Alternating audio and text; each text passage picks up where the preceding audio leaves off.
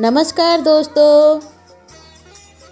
ओम नमो भगवते वासुदेवाय नमः। निर्जला एकादशी व्रत कथा हिंदू धर्म में एक महत्वपूर्ण कथा है जो ज्येष्ठ मास के शुक्ल पक्ष की एकादशी को आती है।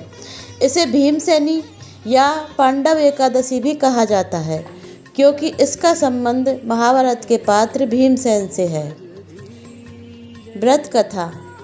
पौराणिक कथा के अनुसार जब महर्षि वेदव्यास ने पांडवों को सभी एकादशियों का महत्व बताया तो युधिष्ठिर सहित सभी पांडव और द्रौपदी ने एकादशी का व्रत करना शुरू किया, परंतु भीमसेन अपनी भूख सहन नहीं कर पाते थे।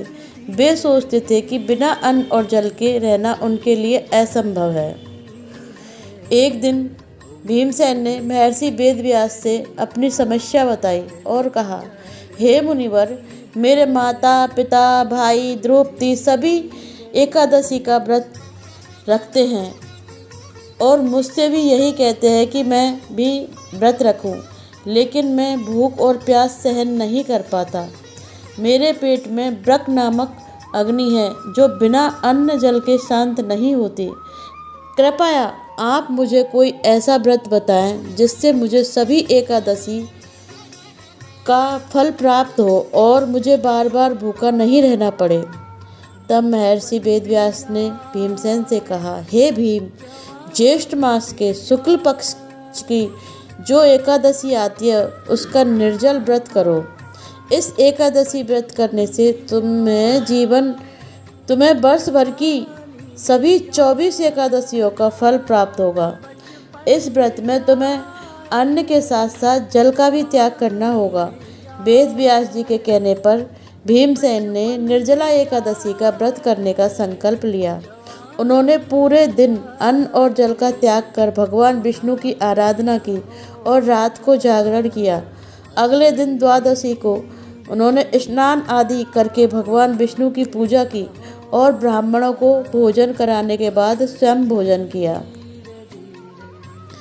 इस प्रकार भीमसेन ने कठोर निर्जला एकादशी का व्रत सफलतापूर्वक किया। तभी से इस एकादशी को भीमसेनी एकादशी भी कहा जाने लगा। मान्यता है जो व्यक्ति निर्जला एकादशी का व्रत श्रद्धापूर्वक करता है उसे सभी पापों से मुक्ति मिल जाती है और अंत में भगवान विष्णु के लोक को प्राप्त होता है। निर्जला एकादशी का महत्व।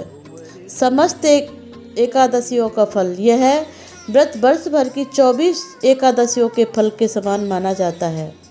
पापों से मुक्ति। इस व्रत के प्रभाव से व्यक्ति सभी पापों से मुक्त हो जाता है।